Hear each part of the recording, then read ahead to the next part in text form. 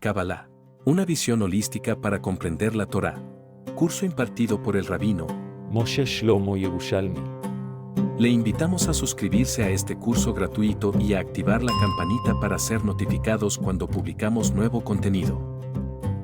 Shalom. Bueno, vamos a seguir con la siguiente parte, que es la parte que llamamos ética de la Torá. Y aquí vamos a hacer una pregunta importante a propósito de una de las parashot de Bereshit, Parashat Lech Lecha. ¿Cuán perfectos fueron los patriarcas y las matriarcas desde el punto de vista moral? ¿Estaban cerca de la perfección moral o no? Bueno, hay cierta información que vamos a compartir. En una extraordinaria serie de observaciones sobre Lech Lecha, Rabbi Moshe ben Nachman Girondi, conocido como el Ramban o Nachmanides, que vivió en 1194 hasta 1270, hace duras críticas a Abraham y Sarah. La primera tiene que ver con la decisión de Abraham luego de llegar a la tierra de Canaán, Eretz Israel. La decisión cuando había hambruna, porque Dios no lo recibió con una alfombra roja. Bienvenido Abraham, después que le dijo Lech Lecha y le dijo que tenía que ir a una tierra determinada, etcétera, que al final sabemos que era la tierra de Israel, y en vez de recibirlo con bombos y platillos, como se dice, fue recibido con una hambruna terrible. Entonces Abraham decide partir hacia Egipto. ¿Por qué? Porque había hambre en la tierra, en Eretz Israel. Así dice Génesis 12, versículo 1. Sobre este hecho, Nachmanides dice lo siguiente: sepan que Abraham, nuestro patriarca, cometió un grave error, casi pecado, sin querer. Primero, al poner a su esposa, que era una mujer justa, en una situación de tropiezo, por temor a su vida. Desde el punto de vista cabalístico, lo vamos a explicar en otra ocasión, esto no es tanto así. Debió haber confiado en que Dios lo salvaría a él, uno, de la hambruna, es decir, quédese en la tierra de Israel, no salga. Aquel que le dijo que vaya a la tierra de Israel será el mismo que le va a dar respuestas claramente al hecho de que esa hambre no va a ser ningún problema para usted, no va a ser obstáculo. Entonces, él debería haber pensado, Dios me va a salvar de esta situación. Y en el caso de Sarah, cuando lo vieron la gente de migración de Egipto y vieron que era una mujer hermosa, inteligente y todo, pensaron, según dice el Midrash, esta está propia para el faraón. Y entonces él, para salvarse, dijo que no era su esposa, sino su hermana. Ahora, desde el punto de vista real del meollo de lo que estaba ocurriendo, les voy a explicar antes de terminar lo que Nachmanides dice. En la época en que Abraham vino y Sarah y Menú vivían, era una costumbre, incluso en los países, comillas, más civilizados como Egipto, que si un hombre o alguien importante quería apropiarse de los bienes y de la mujer de un individuo, sencillamente lo mataban y se quedaban con la mujer. Entonces, los pashtanim son los sabios que hablan únicamente de la parte literal, no de la parte que va más atrás, más allá, más profunda, como es la Kabbalah. Entonces, ¿qué fue lo que le dijo Abraham a Sarah? He aquí que me he dado cuenta que eres hermosa. Bueno, él siempre supo que era hermosa, pero en ese momento se dio cuenta públicamente de que era hermosa. Y cuando lleguemos a Egipto, seguramente te van a secuestrar y a mí me van a matar en función de tu belleza, para seguramente ser mujer o esposa de alguien importante. Y Abraham le dice: Imrina, di por favor, Ajotiat, di por favor que eres mi hermana. Fíjense bien cómo el pasuk dice: Imriat, di tú, Ajoti. Imri na Ajoti at. Diciendo, diles que tú eres mi hermana. Cuando lo correcto, a priori, debería haber sido: di que yo soy tu hermano. ¿Okay? ¿Por qué dijo que dijera que tú eres mi hermana? Hay un pasuk que dice más adelante, en otro sitio del Tanaj: Imri la Jochma Ajoti at. Di a la sabiduría que eres mi hermana. La rey Salomón. Entonces, si nosotros entramos en la parte únicamente literal, no vamos a entender por qué Abraham vino, le pidió a su mujer, a su esposa, que dijera, no, yo soy su hermano, sino yo soy su hermana. Entonces, aquí ocurre una cosa. Si el señor que está acompañando dice que ella es su hermana, nadie puede tocarla. Esas eran las leyes que habían en ese momento. Para poder desposarla tenían que pedir permiso al hermano o al padre. En este caso, ella no tenía padre, era su hermano. Pero de esa manera, Abraham vino, lo que hizo fue hacer Gesed con Sara, para que no la fueran a, de alguna manera, impurificar, execrar, violentarla de todos los medios posibles, incluyendo la parte sexual. Él dijo de que era mi hermana. Es decir, la autoridad tuya soy yo. Si le dices soy tu marido, me matan. Y a ti te van a violentar porque no te van a poner como la esposa principal de un individuo importante, en este caso Faraón, sino como una concubina, una más del montón. Nachmanides no entra en esos detalles. Lo que él está tratando de explicar es que ciertamente él ve una cierta actitud no correcta desde el punto de vista moral cuando él de alguna manera dijo una mentira. No era mentira porque realmente lo que quiso decir con esto es que era su pariente. La palabra Ajot o Aj en el lenguaje hebreo del Tanaj alude no solamente a un hermano biológico, sino a un pariente cercano. En todo caso, dice Nachmanides, su abandono de la tierra sobre la cual se le había ordenado desde el principio a causa del hambre, también fue un error, considerado casi un pecado que cometió, porque en el hambre Dios lo redimiría de la muerte. Es decir, a través de ese sufrimiento del hambre, comillas, iba a haber un estado de elevación espiritual de Abraham, incluso redimiendo de la muerte. Fue a causa de este hecho que se decretó para sus hijos el exilio de la tierra de Egipto a manos de Faraón. Así dice Nachmanides. Según Nachmanides, Abraham debía haber quedado en Canaán, o sea, en Eretz Israel. Debería haber tenido fe en que Dios lo sostendría a pesar de la hambruna. La decisión de Abraham de irse no fue su único error, ya que hemos visto que puso a Sara en una posición de riesgo moral, porque como resultado de ir a Egipto se vio obligada a decir una mentira, es decir, diciendo que era hermana de él. Desde el punto cabalístico no es así, pero bueno, al decir que era la hermana de Abraham y no su esposa, fue llevada al harén de Faraón, donde podría haber sido obligada a cometer un acto de adulterio.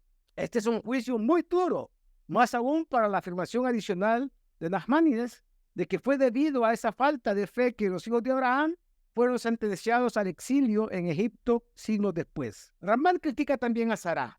Desesperada por tener un hijo, le pide a Abraham que se acueste, que tome a su sierva Agar con la esperanza de que ella pueda darle un hijo. Abraham lo acepta y Agar queda embarazada. El texto dice luego que Agar comenzó a despreciar a su señora. Génesis 16:4. Sara se queja con Abraham y luego dice así, aflige a Agar en Génesis 16:6, quien huye de ella al desierto. Y sobre esto Nachmanides escribe, nuestra madre Sara transgredió con esa aflicción, como lo hizo Abraham al permitirle hacerlo.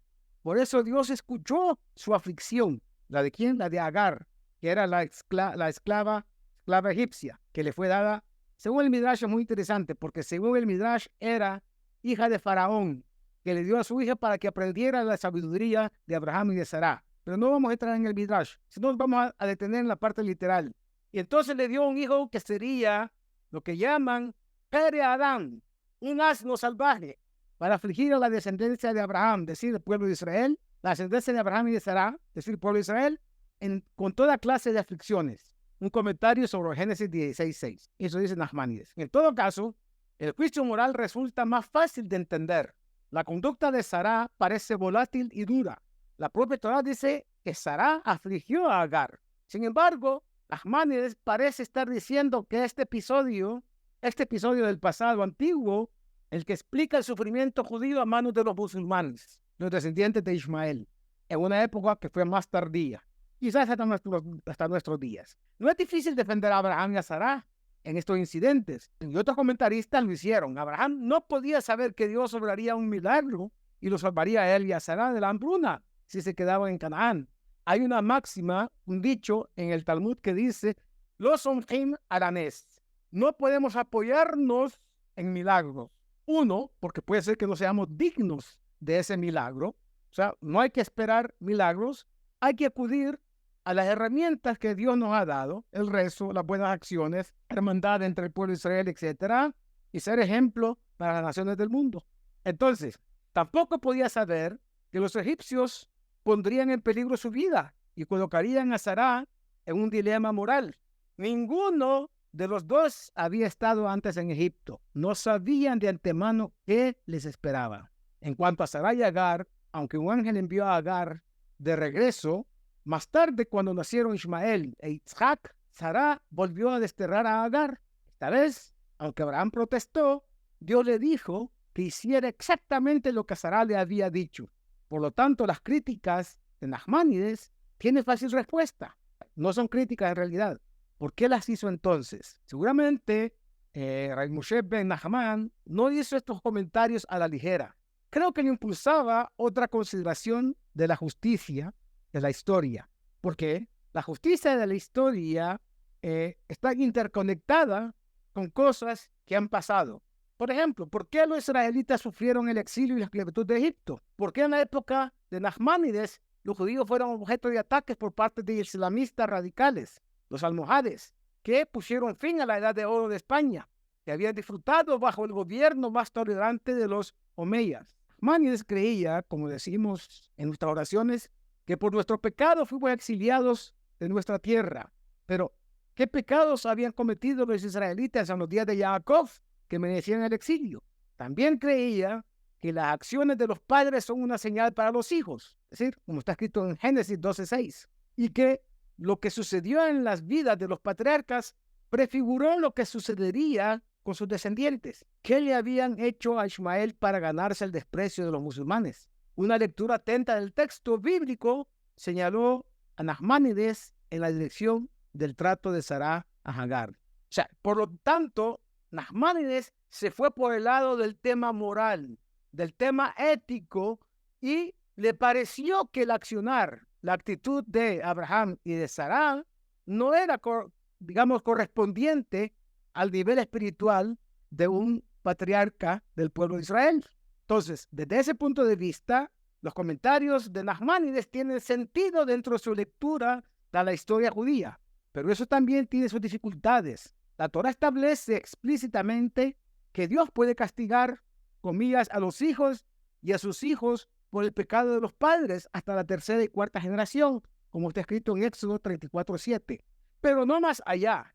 Los rabinos restringieron esto además a los casos en que los hijos continúan los pecados de los padres.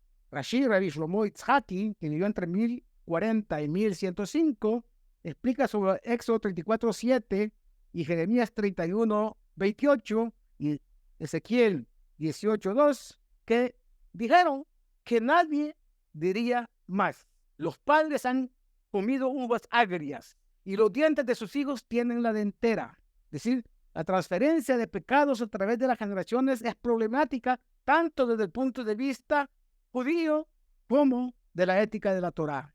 Lo que resulta profundamente interesante es la actitud de Nachmanides hacia Abraham y Sará, en su disposición a señalar los defectos de su comportamiento. Eso responde a una pregunta fundamental en lo que respecta a nuestra comprensión de las narraciones del Génesis. ¿Cómo debemos juzgar a los patriarcas cuando su comportamiento parece, comillas, problemático? ¿Cómo debemos abordar, por ejemplo, el caso de Jacob, que recibe la bendición de Esav de forma encubierta, entre comillas, fraudulenta? O la brutalidad de Shimón y Leví cuando fueron a rescatar a su hermana Diná, que había sido secuestrada y violada por un príncipe de la tierra de Shem. La historia de Génesis suele ser moralmente desconcertante. Rara vez la Torá emite un veredicto explícito e inequívoco sobre la conducta de las personas. Esto significa que a veces es difícil enseñar estas narraciones como una guía sobre cómo comportarse. Esta situación llevó a su reinterpretación sistemática por parte del Midrash rabínico, o sea, los Midrashim de nuestros sabios de la época del Talmud, de modo que el blanco y el negro ocupan el lugar de los sutiles matices de gris. Así, por ejemplo, la palabra Sará vio al hijo de Agar, la egipcia, burlándose, como está escrito en Génesis 21:9, fueron entendidas por sabios como que significaban que Ismael, de 13 años, por un lado, era culpable de idolatría, por otro lado, de acciones pecaminosas en cuanto a la sexualidad. E incluso hay quien dice que incluyó también asesinato. Claramente, este no es el sentido literal del versículo. Es, en cambio, una interpretación que justificaría la insistencia de Sará en que enviara a Ismael lejos de su casa, porque Ismael no era un buen profesor, un buen maestro para su hijo Isaac, y no te podría tener la oportunidad, una vez crezca, de enmendar cualquier actitud negativa, comillas, en la conducta de Isaac.